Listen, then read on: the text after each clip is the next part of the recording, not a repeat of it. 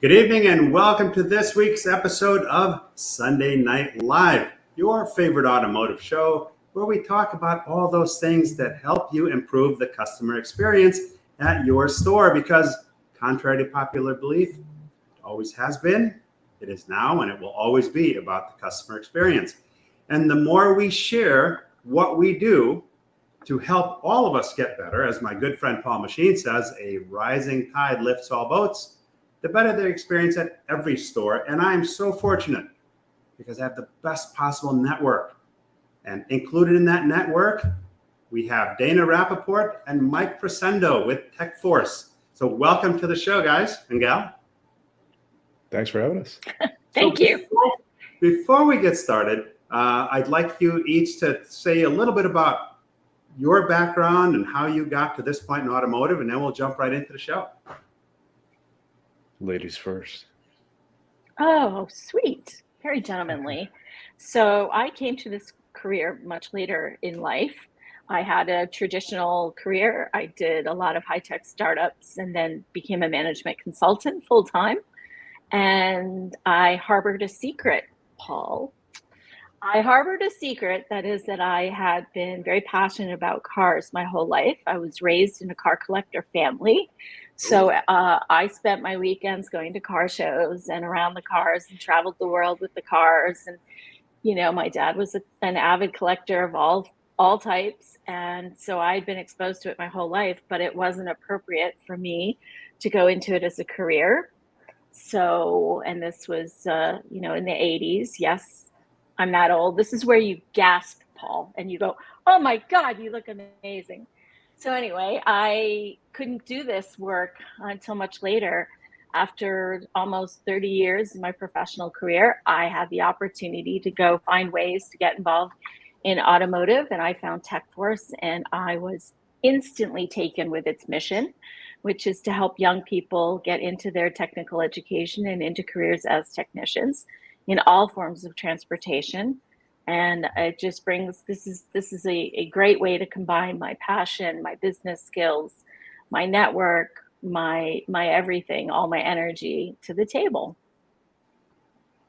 Awesome. Well, welcome to the show. Thank you. Can't hold a candle to that. For me, automotive in terms of getting paid to work in this field is fairly new for me in terms of being passionate for cars, from helping build race cars back in high school.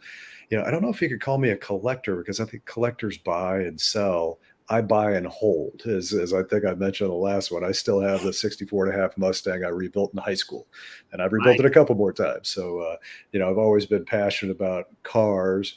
My other passion, professionally, I'm a marketing communications person. I've worked for Snickers and M&M Mars and PepsiCo and all these other folks. But my passion is really helping young people, whether it was my time at the Make-A-Wish Foundation or working with the YMCA as my client.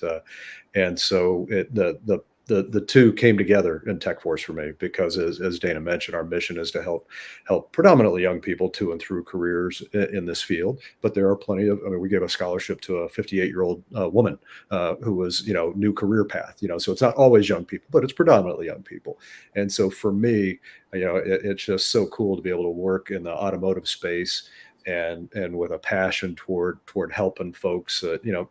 Quite frankly, a lot of our technicians, when they were in high school, they were kind of marginalized. They didn't want to be sitting there in class. They wanted to be using their hands and stuff. And that isn't, always the ideal student type in the current or past student environment. So what we get to do is help them experience success, and a lot of times in ways they never did before. So that's kind of my pathway. Well, we have some similar paths. You have a 64.5 Mustang. I had a 66 Mustang. And I was a gearhead myself, having gone through the automotive program in school and after school. And I was a Ford guy from way back. And there are always parallels in life, right? So if you're an old Ford guy and you're into that, you could walk up to just about any Mustang or Fairlane, and you could walk up to the front of the car, and you could push down on the suspension on the hood, and you would hear this squeaking, creaking sound. And that 99.9% of the time was from the spring saddles drying out that sat underneath the front coil springs. Now I know this because I've worked on lots of these cars. So just about next time you go to a car show, walk up to something that hasn't been as fully restored and push down on the front end and you'll hear that creaking sound, right? I have that squeak. You have that squeak. Simple. The clamp to compress the coil springs holds them in place, and you replace the saddle. It's a very simple repair. So it's systemic to the car or the brand. Now, fast forward to the automotive business today, there are problems and situations that are systemic to our business. It's uncanny how those parallels, they're different, but the same in ways, because here we look at an industry where we are over 100 years old. And though the technology has changed dramatically, the core way we do business for many has not. And that comes from the people in this business. The people dictate what happens in the business. And the first thing I'm going to open up with is a mind-blowing statistic that of all of the technicians in our business, 97% of them are male. 97%. That's almost all of them. And you've had the good fortune to be able to speak with many people. So I'd love some insight on this because it blows me away. I find it really interesting. If I give the statistic, both sides of that statistic to someone, if it's a man, they're going to quote the 97%. If it's a woman, they're going to quote the 3%. See? Now that should tell you an awful lot about that statistic. Yeah. So why don't I tell you why we spoke to so many of these ladies? So we here at TechForce, we spend a lot of time looking at this workforce shortage of technicians. There's this demand and we don't have the supply, and where can we affect that, chain and increase the supply? And we started to take a look at it because we started to work harder to understand what's going on in transportation when it comes to diversity. And immediately you come to that statistic that less than 3% of employed techs are women. Now, for me, being a woman, it kind of boils my blood a little bit, but at the same time, I understand it. I'm not shocked by it. I am shocked that we're not seeing more of a growth pattern, more of a steady climb. We're just kind of seeing the same sort of flat growth that we see, and it's very slow and incremental. So we decided that we had to go and find this 3%. So the goal was to go find as many of the women we could in that 3% and find out what led them to it. What was their journey? What kind of challenges did they face? And then take all their stories to help inspire young ladies to follow in the footsteps and inspire them into this career. And it has been a wild ride. I have learned so many things about tenacity, perseverance, patience, anger, disappointment, heartbreak, so many emotions, which was not what I expected. So I've gotten to appreciate that these women are all very passionate about what they do. They're very, very good at it. They're very, very dedicated, and every single one of them had a different story to share. So that's why we spoke to so many of these women. And that's what we call our Women Techs Rock effort. And it's part of our overall effort in diversity, equity, and inclusion. And we started really working in the women's side of it. So that's where it began. You brought up a very interesting point, and I guess deep down, we all have our biases that we're not even aware of. For me to respond exactly the same way as every other male counterpart when it comes to presenting of those numbers, that just illustrates wow, there's so much at play here that we're not even aware of, but yet it's happening and it's controlling our business. And I want to get to a couple of comments before I go too much further. Wow, this is like starting the game off with a freaking home run. And I had a funny look on my face moments earlier because I don't know if you guys heard that, but apparently my next door neighbor who's moving and frantically trying to get his kitchen done before the house sells is using some power tools. Did you hear any kind of like noise? Didn't hear a thing. Oh, good. Excellent. All right, so let's start with the comments. Our first one on the show is our good friend Ed Chipolowski. Good evening, everyone. Excited about this show. We need more female technicians, recruiters like Tamika Bennett, whom I spoke with, push real hard to find ladies for trucking. And Penske is awesome in their female technician development and recruitment. Russell B. Hill. Hey, it seems like I just saw you yesterday, man, in Chicago, because I did. Good evening, all, and looking forward to this SNL tonight. It appears to be a lot of SDL family in here as well. Yes, let's roll, he says. Joe Chambers, speaking of SDL, good evening, all, and Terry Turline. Automotive is still a people business. It always has been, and regardless of the technology, it always will be. It's up to us to adopt and use it and leverage it to our best. Russell B. Hill says it is indeed Terry. And my good friend from the West Coast, Steve Chesson. I couldn't find that 65 Mustang squeak, so I sprayed baby oil into the area. That worked for about a week or two. A lot of people do that. They spray white lithium grease between the bushings. Doesn't work well. Steve Apicella, improving the dealer customer journey together before and after the vehicle sale starts with clarifying the mission and having the valuable people to support it. None of it works unless all of it works, starting with the men and women that truly define the auto industry. Bam. Joe Chambers says, if we as an industry don't learn to be inclusive and inviting, we'll ultimately fail. 100%. Russell says, boom, spot on, Joe. And Steve Apicella gives the thumbs up. Steve Chesson gives the thumbs up to Steve Apicella. Daryl Terrell, good evening, everyone. Daryl, it was a pleasure meeting your lovely wife, man. And Steve DiMarzio, good evening, Dana, Mike, and Paul. Women techs do rock. All right, sorry to interrupt, but I don't want to leave anybody out. So women rock was where you left off. They do. They absolutely do. So once we started putting it out there and saying, hey, are there any female technicians that want to share their story? It was a slow start. I think that they weren't sure that they wanted to be called out because they were a woman. And this isn't calling them out because they're a woman. This wasn't about that. This was about, what was your journey? How did you get there? Where was your inspiration? Let's help another generation forward. That's what this was. And very quickly, I got inundated with requests to speak.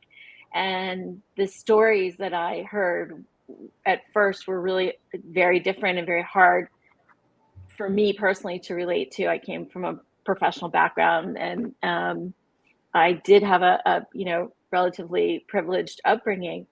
And many of these women didn't have good experiences at home, came from difficult family situations, weren't respected, didn't have good schooling support. They didn't have guidance, is a lot of what you'll hear. And every single woman said that, they don't teach you confidence in school. They don't teach you how to do that. And they don't teach you how to stand up against your male boss. They don't tell you any of that. And you go to school and you've got everything you need, certification, knowledge, and now you have to learn how to cope with what's coming at you. So very quickly, I had instant respect for so many of the hurdles that these women went through. So some of the hurdles were starting much earlier. Let's start with what the first influence in their lives is really parents, family, and friends. Yeah. You got to start them young, and you have to let them explore possibilities. So if you just give a kid a small view of what's possible, or you bias that view based on what you want them to become, you lose out on the chance of helping them find something that they're truly, truly passionate about. The more passionate they are, the more successful they are, hands down. So first we have to remind ourselves, grown-ups, adults, people who have, who are around kids, let's start them young. If you've got a car at a car show, open your car door, show a kid your car, show the kid your engine, share with him your stories, your knowledge. I have a special car, a 1955 Buick Century. Is a car I restored with my father when I was 19. I still have it. And to this Wow. day, I will still take it to a show and let kids crawl in and out of it, touch the steering wheel because the steering wheel is massive. Just Oh yeah, really get huge. themselves huge. Yes, and someone once said, because I'm tiny, I'm only 5 feet tall. So my brother was once driving in front of me while I was driving the Buick, and he said, all I saw was like knuckles and the top of a head driving behind me. So, but the point is that, we have to expose them. So the younger we do that and the more we expose them to, the more they're able to explore what's possible. And then they enter school, and then in school we have a tendency to start to sort of drive them in one direction or the other, right? They Yeah. go into college prep program, or they might go into, a technical program. But some kids, even kids in the college program, it's just not their thing. They don't envision themselves going that way. It's not for them. They don't learn that way. They're hands-on. They like to tinker. That's how they thrive. That's how they really get on in life. And they just aren't given that chance to explore it. So TechForce, another thing we do is get involved in STEM and educational programs for STEM. So the more you expose them to electrician, electricity, the robotics, all of those things, the more they see the possibilities for themselves. So now you get into the school. Now we got to teach the schools how to entice them into it. And then we have to help remove this bias along the way from parents to teachers. This is not a Unknown, grease monkey job. unconscious Well, bias in some part. exactly. And some of it's totally conscious, right? Some of it's like, my kid is not going to be a mechanic, period, end of story. And I think to myself, had I had that as an opportunity, I'd be rocking and rolling in a really different way in my life. Just wasn't a possibility. It's how we phrase it and how we shape it for that child, right? For that Well, young and that person. and that bias is independent of gender, and then on top of it is the gender bias. Because as you just said, regardless of if it's a young man or young woman, there's plenty of parents who, I don't want my kid to, my kid has to go to a 4-year degree and stuff. Yeah, Then you add on, no, that's not a job for women or a career Right. for women. which is crazy. So what you're talking about really is not Yeah. just or like automotive tech, but technical field in general. These are conversations that In aren't being. general. Huh. They aren't being had, and let's face it, schools aren't offering the programs the way they used to. So, kids are having to find their way to those things through other avenues and mechanisms. And to what Mike just said, it's sort of like we're trying to equalize the idea that a job as a technician, is like, I like to say, it's collarless. It's not blue collar, it's not white collar, right? There's no collar. We've taken that out because it's a tremendous job with opportunities in ways you can't even imagine, and with great growth, great earning potential. But if you have it stuck in your head your kid's going to be a grease monkey, like they say, you're doing them a disservice, big time, and We've Well, giving and trained them the chance. another dimension that the deck is sometimes stacked against us for technician careers in general and women in particular is a lot of the schools, the counselors and stuff are incentivized. Their performance ratings are based on how many of our kids go to 4-year colleges, not how many graduate from college, but they get, so we're up against structural systems that prevent or create obstacles of this career path. So even if you have a motivated young man or young woman who is interested in this, that career counselor at school, it might get a bonus based on you trying to steer you toward a 4-year degree and not if you go to a tech school. So there's things like that happen too. crazy. And it's not even so much about us talking to a kid. It's just being able to get them to places that can give them that experience. Doesn't always come from us, right? Our parent and influencer. Let's take them to a car show. Let's take them to an auction. Let's take them to an airplane field. Let's show them what's out there and how it works and what's going on. And that's really where it starts, that influence. So in talking to these women, you'd be surprised. I would say half are influenced by their father. Their father was a gearhead. Their father loved the fact that he had a daughter that could get under the hood and get dirty and wrench, and who just gravitated towards it. So go dads, you're doing good. We had quite a few ladies that had found their way to this just on their own. So they were a lot of them viewed themselves as the awkward girl, the girl that didn't fit in. A lot of them felt that they were looked at, that they were expected to somehow, not be successful, or that people were just looking at them and just sort of, judging them as youngsters do. And they just said, I didn't fit in. And they found this as a way to do something on their own. They could tinker under the hood of their car quietly by themselves at home and be content. But somehow something clicks when someone says, you're doing this. This is amazing. Can you help me? Can you show me? And it's just the little things that lead them to, oh my God, this could be a career for me. I can do this.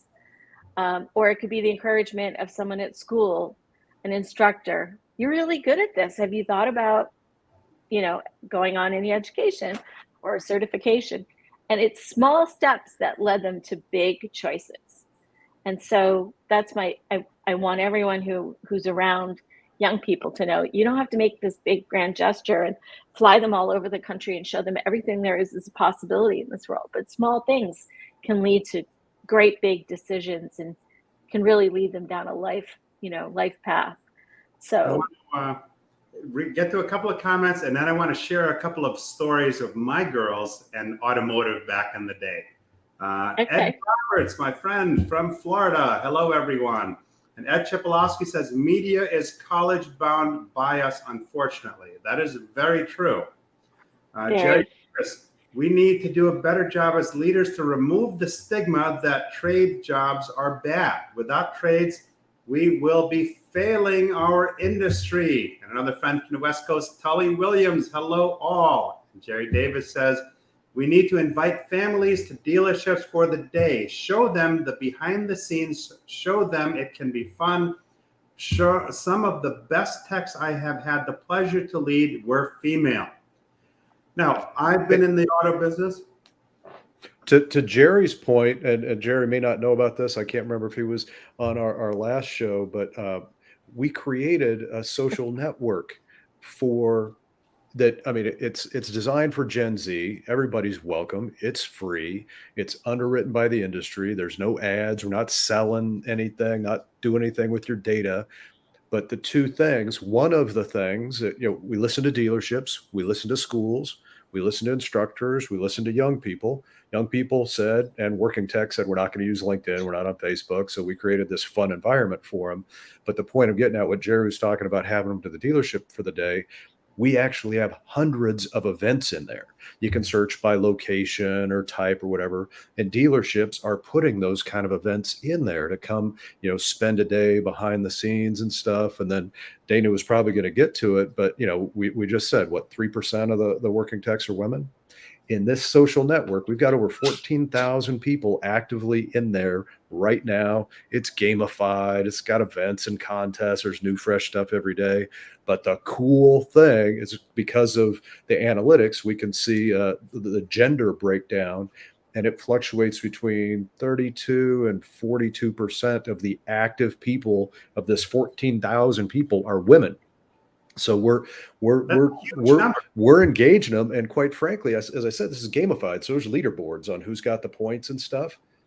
There's usually 2 to 3 women in the top 5 or 10 of all the people scoring points in there too. So it's really cool that we're in the Gen Z way of interacting digitally, in addition to your hands. We're starting to make a difference there. So we're absolutely hoping that they will continue to stay engaged, explore their education, explore the career opportunities, and stay engaged. But that's what I just wanted to jump on that, because I figured Jerry might not even know that's there, but dealers can get involved there and invite and host and all that good stuff. Yeah, I was just going to go before sharing my kid's story. TechForce.org, correct? That's the website, and anybody can sign up for a basic account.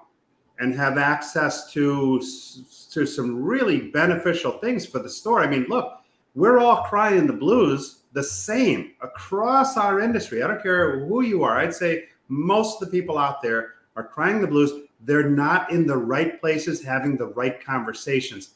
This is the right place to have that conversation. So techforce.org, what do they do to get involved with that? Mike? They go to that website. That's our public website. In the top right, it says, I think it's create a profile or log in or join. It might say join. I don't have it open in front of me, but top right button on the homepage. You click the far right one. It takes you in. We need your name and email. We need a phone number because we want to keep the bots out. So we'll send you a text to validate. We need your data. We need your date of birth because we keep folks under 13 out of it.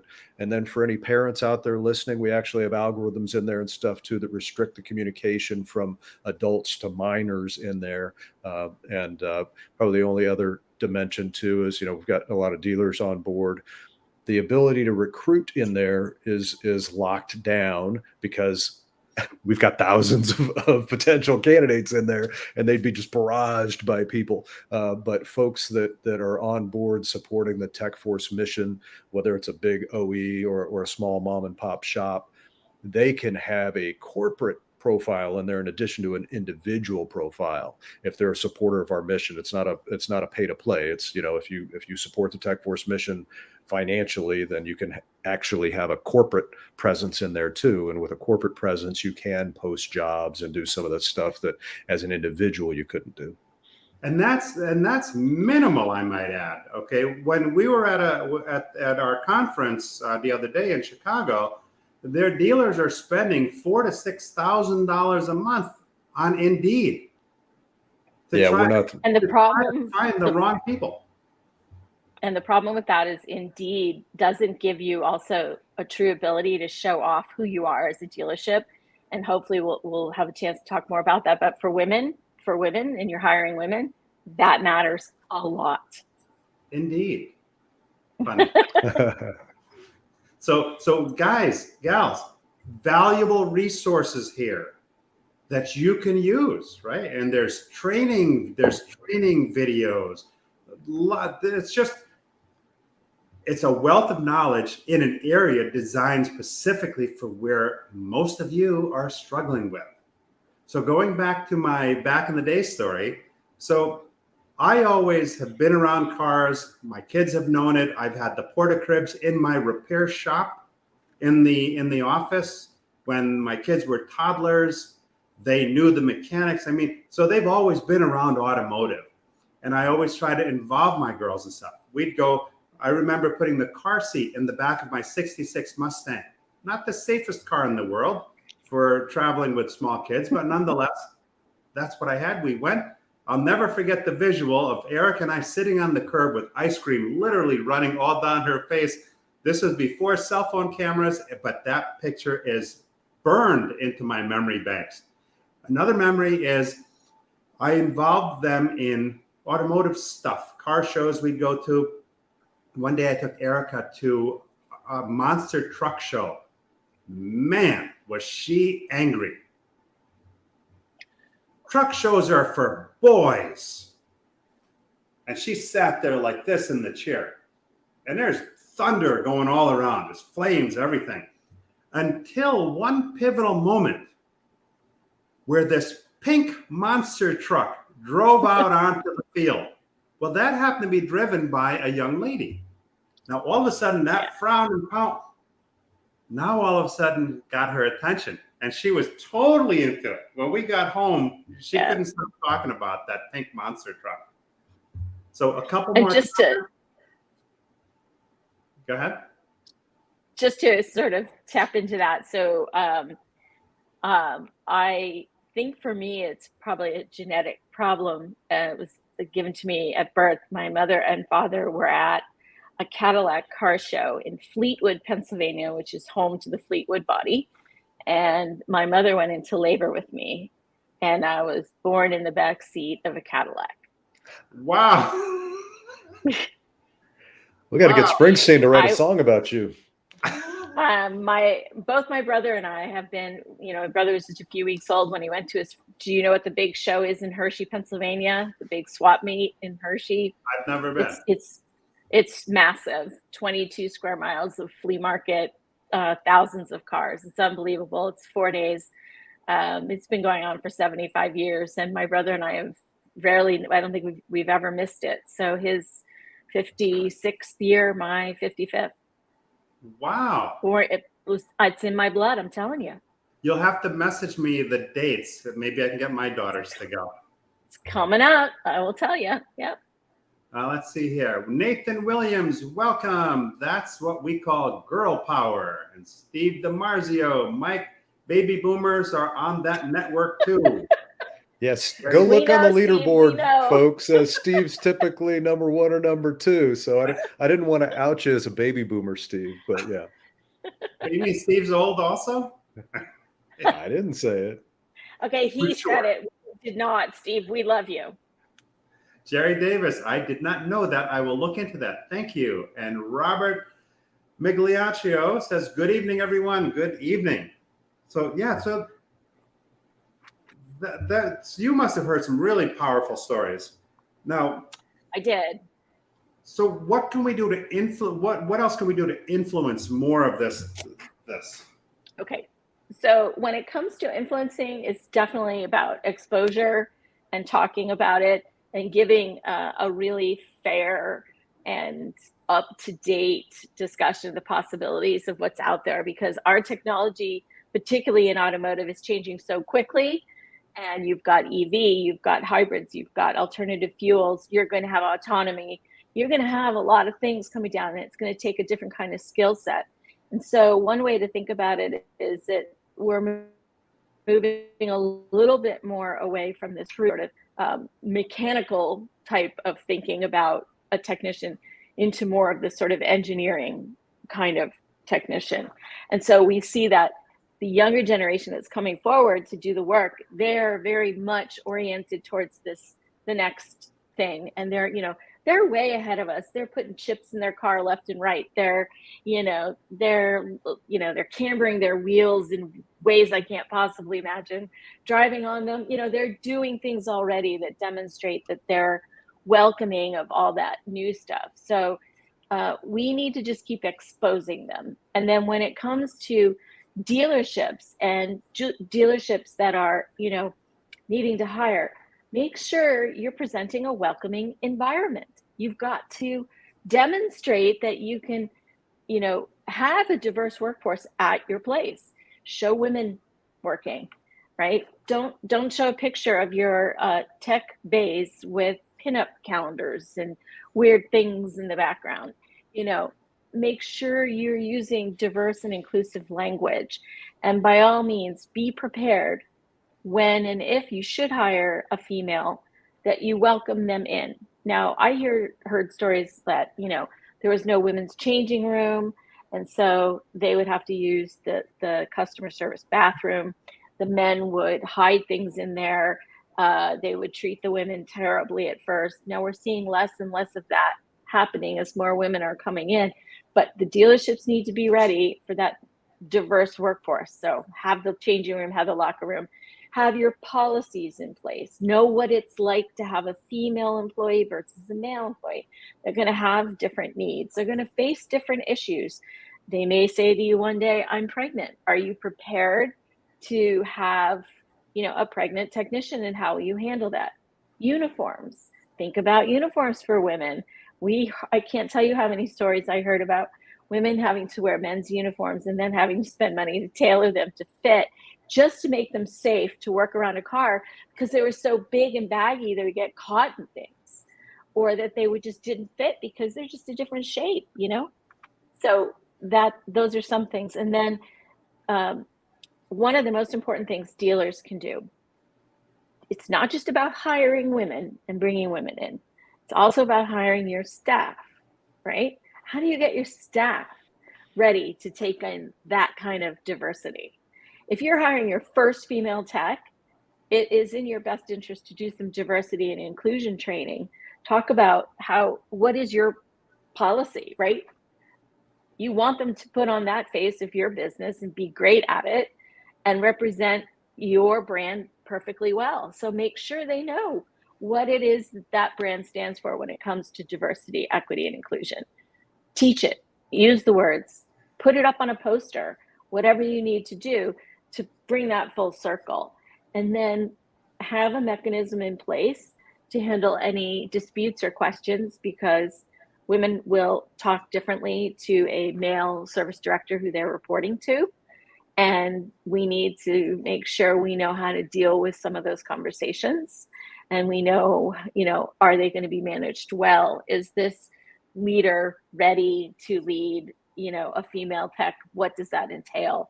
And what are the roles and limits and things like that? So it's not, so now we've influenced them. Now we're ready to hire them, right? Make sure we're being supportive throughout that process. And then once they're hired, women don't want necessarily to be treated differently because they're a woman, but they also want to be treated fairly no matter what that situation is. And sometimes you do have to treat them differently because they are a woman.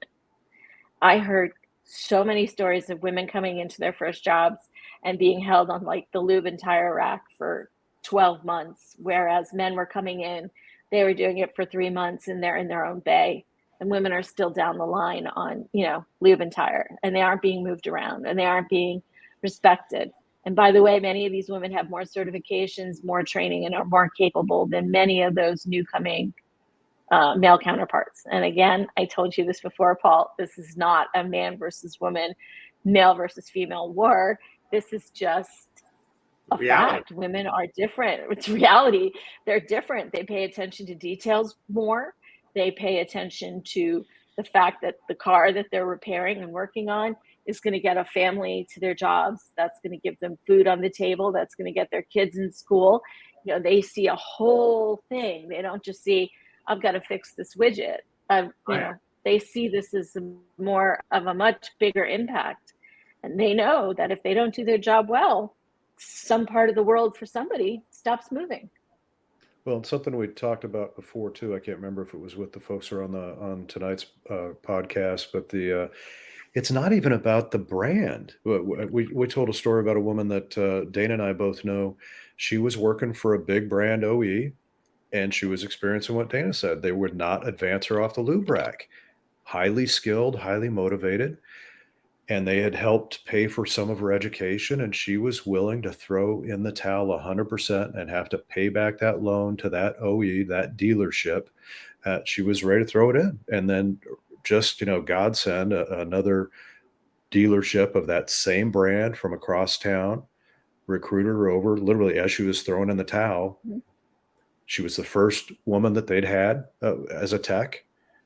They treated her fair, not better than the guys. Mm-hmm. They just gave her a fair shake. She rocked it. She became one of their all-star techs. She loves it. But this is somebody, and it's the same brand. It's the same OE brand. It's just local leadership, store level, dealership level leadership can make or break. But it also can taint it too, because if she had not found success at that other dealership in the same brand, she was probably telling everybody that brand sucks and they treat women terribly. But it's not. It's often boils down to who's leadership and culture at the local level. There's an old Italian saying: "The fish stinks from the head." Right? I know that one. Yeah. So the thing is, though, is that, for example, you have to give them a chance, like you would a male counterpart. We have a story of one of the women we spoke to, and I just think she's just amazing. She was homeless, and she was living in her car, a pickup truck, and trying to, get herself going and figure out her life, and she was struggling. Now, we can judge her a lot of different ways for that, but we don't know her circumstances. So let's just put that aside, okay? So she knew that in order to sustain her current lifestyle, which is living in her car, her truck, she'd have to take care of her truck on her own. So she learned how to take care of her truck. She went to a local library, she got online, she read the books, she figured out how to do her own repairs. And then one day she found a repair she couldn't face on her own. She took a chance. She went to a shop and she said, "Look, I'll sweep the floors. I'll do whatever you want, but I don't have the tool I need to fix my truck. Are you willing to give me the tool or help me to get my, truck back on the road? I live in it. And she told him, what her circumstance was, and literally said, look, I've been doing the work on my truck by myself and everything's great. And he said, I'll tell you what, I'll give you a job. Just like that. Wow. Within 6 weeks, she's in her very first apartment. Within a 6-month period, she's enrolled in school. You're bringing a tear to my eye here, Dana. Her story makes, Wow. And talking to these women, I had lots of moments where it was very deeply emotional. It's not just a job to them. This is career. This is life-changing. It's much, much more than I'm gonna be fixing somebody's car. And she is now a graduate of a diesel program, has a full-time job in the shop that brought her in. And she's also a teacher's aide at the technical school that she went to. Now, this is someone who really had no idea that this was something she was even capable of, and is now thriving, happy, doing her own thing in life. I have many ladies who were going down the college path. I have one story. This is an aviation tech and not an automotive tech, but very, very relevant. She was in med school, pre-med, and she said, you know what? I decided I just didn't like blood that much. I do like the color of oil, though. So she became an aviation tech. She went from pre-med to aviation. And along the way, she not only had to fight her parents, she had to fight, a school. Imagine. She had to fight, holy. right? And now she's she works for a major airline, and she's one of their top techs. In fact, she's in the commercials, and she's just really doing some amazing things. I love that. I have another one who, this one just makes me smile ear to ear. She was a single mom, always wanted to work on cars, but she just figured as a single mom, no one would ever help her. But somehow she managed to get scholarship, got into school, found a way through school, because the school allowed her to put a playpen in the administrator's office, and the administrator would look after her baby. I love that. They made it so easy, right? And when she got her first job, the shop that she went to, which is kind of a mom and pop shop, they couldn't have been more accommodating. They helped find daycare for her, right? And now she's the service manager of that shop 9 years later. Married, wow. 2 kids, right? Or I have another one that really, I love this one because she just assumed she assumed that because she came from a rough background, she would have nothing. There'd be no home for her. She wouldn't have a home. I'm never going to own a home, right? She owned her first home by the time she was 26 after wow. being a technician for 4 years. I mean, some of these kids are not kids. They've lived a whole lifetime, and some of them have had really tough upbringings, and they have persevered. And for those that we have one, our NHRA clutch girl. She's my favorite. She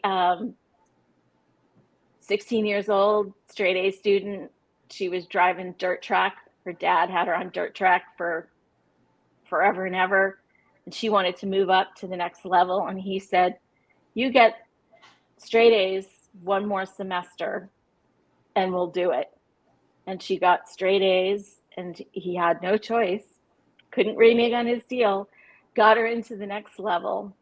And then he said, by the way, I know you love this, but you still got to start thinking about a career. When she in her mind had already said, I know what I'm going to do. This is it. Are you kidding me? Hello, doesn't get any better than this.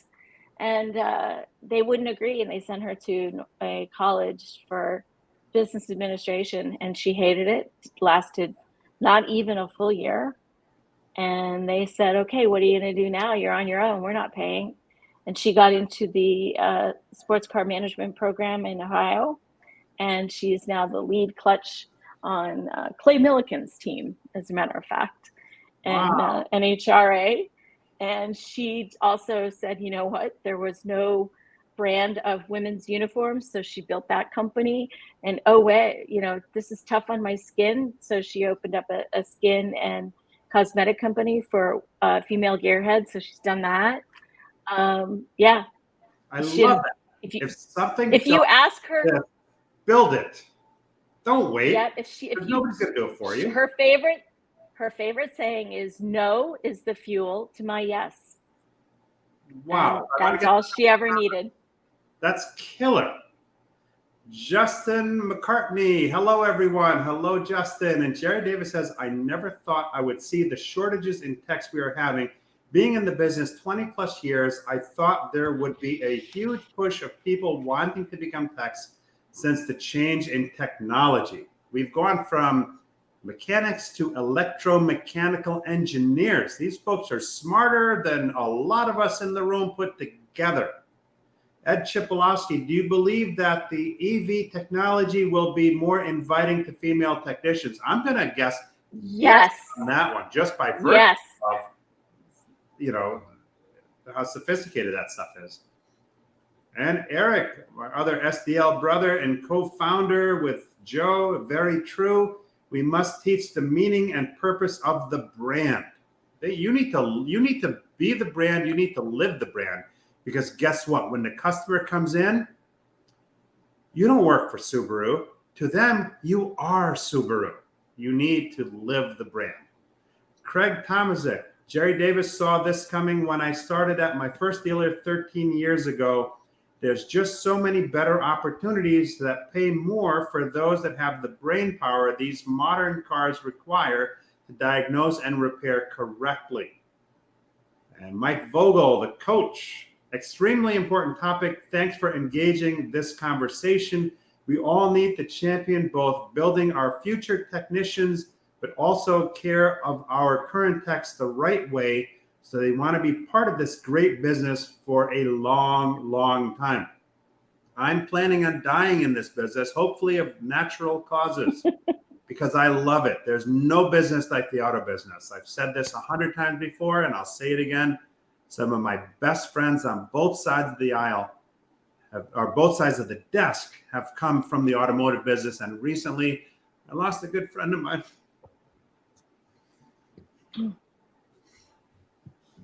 Neil Blenderman.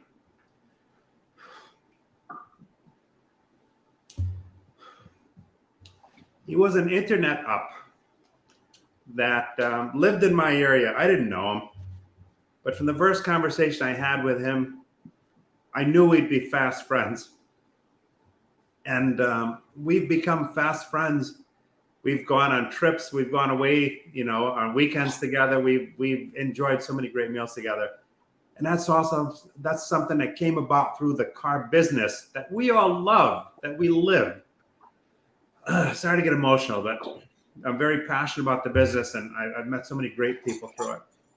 Ed Chipolowski, thank you, Dana. Yes, thank you, Dana. I love this. I wish I met you earlier, but there's a plan for everything, right? True. Robert Magliaccio, we need to start in the high schools. Get involved and invite students to shadow. Jerry Davis says, sex don't matter in this conversation. Treat all your people right, and you'll be surprised. Now getting rid of the stigma that girls don't belong and things can change. Bam, I love it. Ed Chipolowski, any thoughts for the diesel side? Yep, we can talk about that. Let's talk about it. Well, on the diesel side, this is more interesting to me. So you start to see some patterns in the women and the different vehicles or different things that they're working on, right? So there's the women in diesel. They're like, and I don't know if this is going to offend you, but let's talk about some of these badass women, right?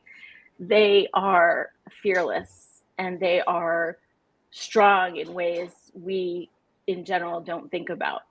But there's more stigma in what they do in diesel than there is in automotive. And they are fighting that harder there than they are elsewhere. So we're seeing that your question, What? How come? Well, okay, so Ed's question about EV plays into this. So we see that if they're into EV and they're into this technology, right, they're starting to think more of an engineering type, less mechanical, but still mechanical, right? It's different kinds. So then they're very detail oriented. Where in diesel, we see that it's still more mechanical than it is on the technical, although that's changing and very rapidly. But many of people look at women in diesel and anything trucking really that is sort of like, it's just not a girl's world. They're too big. They can't handle the size of them, right? And I can show you pictures of ladies I've spoken to where they have the most amazing and creative ways of unlatching the hood of a truck. They're massive. And I can show you pictures of them standing on the bumper and just riding back the latch and the holder and just figuring it out. What we need in diesel is we need to do the same work we do in automotive. We need to make it more appealing. We need to show more women in it. They don't see themselves. If a woman doesn't see themselves in it, doesn't see themselves in the possibility, it's very hard to get women in it. So that's what we do.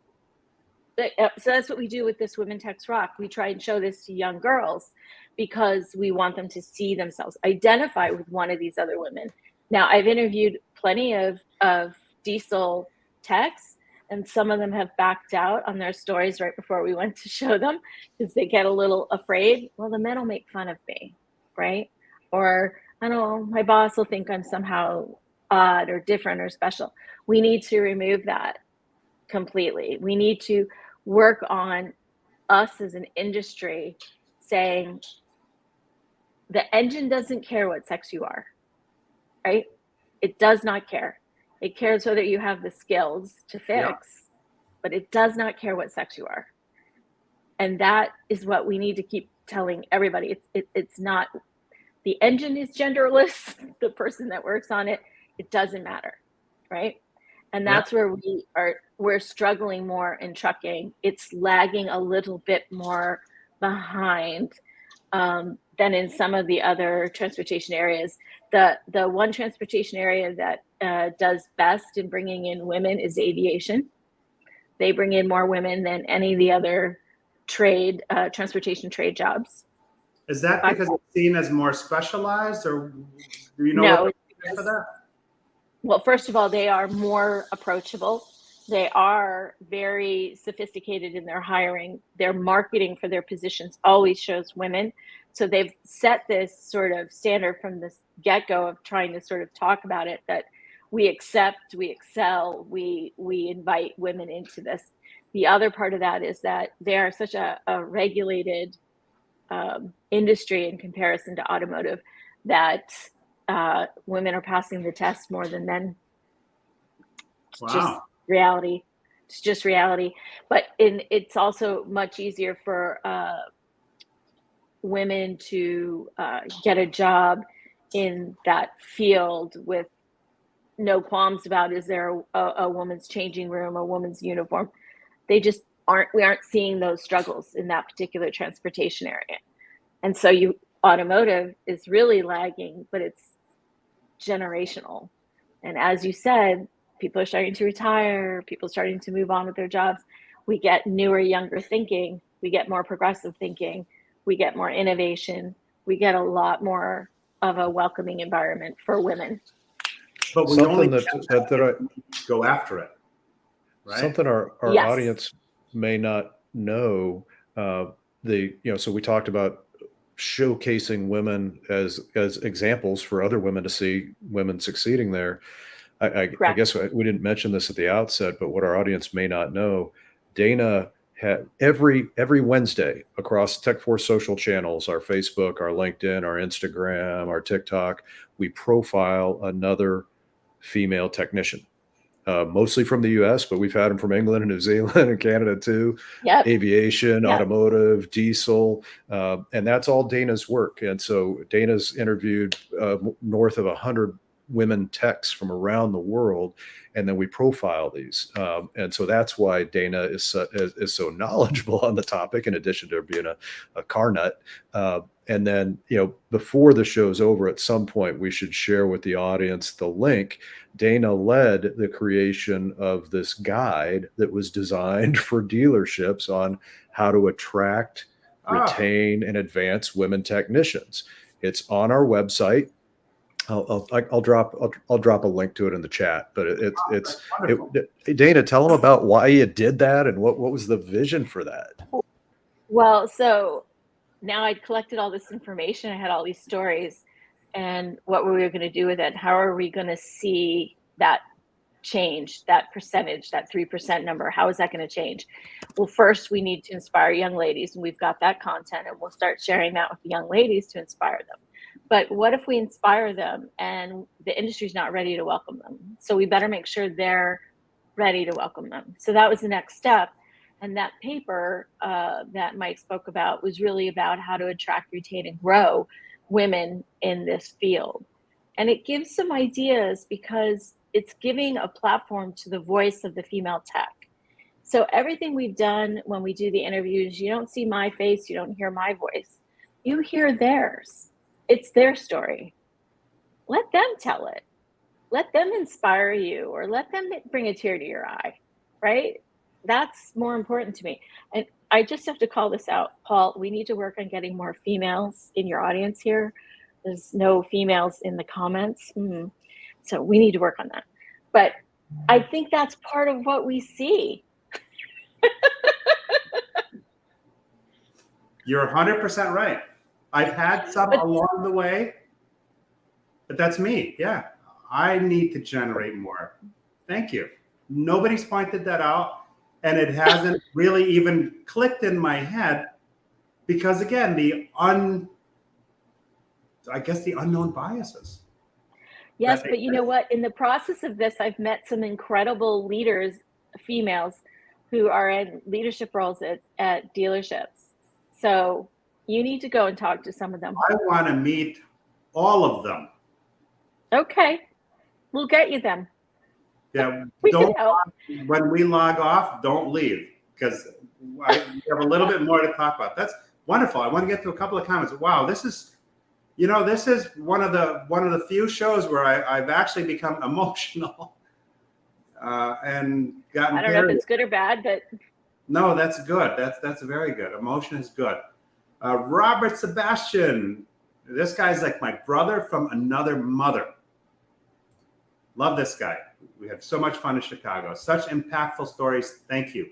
Mike Fisher. I took the Fixed Ops Director job over a group in Connecticut in 1994, and I walked into a boys' club. I immediately hired 3 talented women, a service writer, as parts advisor, and an appointment coordinator, and it changed everything. I'm going to add to that in just a moment. Eric says, one of the best gifts I had being brought up by 2 females. I was sheltered, and and through them I thought by them how to work with techs and customers. I understand the awareness, but my eyes don't see it. I'm very thankful. He said, being brought up in the automotive business in parts and service. Now that I look back, how lucky I was. Craig Tomasic says, in my opinion, based on my experience, the trucking industry is very hesitant to change in general. Welcome to automotive, my friend, not just trucking. There's more to it, to an if it ain't broke, don't fix it mentality. And if's a big word for only 2 letters, my friend. It's broke. Trust me on that. Jerry Davis, I have found that most female techs have less of an ego. Ego in the car business? Come on, Jerry. What are you trying to say here? Paul, another great show, even better topic. Dana, great information. Keep up your passion for the change. Wow, Thank you. Wonderful. Steve DiMarzio, Dana, have you interviewed Audra Forden? I know Audra. We have not interviewed her for this yet. I think somebody just got on the list. Jerry Davis, give them a voice. And Mike Weldon says, I've been hiring women in the industry since 1983. Play the best thing play the best thing I ever did. It tempers the environment and the customers love it. We haven't been the most welcoming. And I have vivid recollection of back in the day, I worked at Saab, walking through the locker room, and I heard this muffled sound and banging coming from a locker. And I walked up to the locker, I opened the door, and there in the locker, duct taped across the mouth, hands to the side, was the new tech that had recently started at the dealership. These guys thought it was funny to duct tape this guy and toss him into a locker. Not funny, guys, because as soon as I unduct taped him, he left and he never came back. So when you're talking about some of the obstacles women must face in the dealership, insofar as not having a locker room or having uniforms that don't fit. I mean, come on, the clothes make the people, right? When you put on clothes that fit nicely, how good do you feel just in general? Now imagine spending 50, 60 hours in a place wearing something that you don't feel comfortable in. What does that do to your psyche? What does that do to how you feel about you as a person? Not as a woman, just as a person in general. Because if I had clothes that fit like shit, I probably wouldn't feel too good about myself. So we talk about how much trouble it is to attract, to hire, and to maintain. Wow, Dana, what you have shared here today, wow, I can't thank you enough. This has been spectacular. You're welcome. I put the link to the white paper, but I'm also going to put the link to techforce.org. Mike, what's it? Oh. And Paul, I just shared with you a link. If anybody wants to suggest a woman to be profiled, we have a form on our website. That's what the link I just shared with you, Paul. But it's not a competition. It's just nominate somebody. Dana will get their information. The reason we use the form is sometimes we get the same woman nominated by 3 or 4 different people. It allows us to kind of keep a database of it. But it's easy. You just fill out the form and Dana takes it from there. So techforce.org can be a wonderful partner for your dealership, for you to go into an area where the people that you're looking for are. And you could start for free. And if you want to take it further than that, a corporate sponsorship is not a lot. Like I said, it is a fraction of what you're already spending on Indeed and other places like it. You know, if you want to catch the fish, you could just go out in the middle of the ocean and hope for the best, or you can get a fish finder and find where the fish are and cultivate that area. So we got a couple of comments here. Eric says, great show. Thank you all. Jerry Davis says, well, everyone has to get me a bucket of steam. It's only fair, LOL. And Mike Fisher put up techforce.org. Dana, Mike, thank you so much for being on today. You're welcome. Valuable, invaluable information to those in the audience. I appreciate your support every week, to those watching live and to all the ones that are going to watch it on the replay. If you see value in what we shared here tonight, please share it with your network, because if you only help one person, you've done a good deed for many people. So until next week, we'll see you on Sunday Night Live. Dana, Mike, don't go away. Bye. Thank you.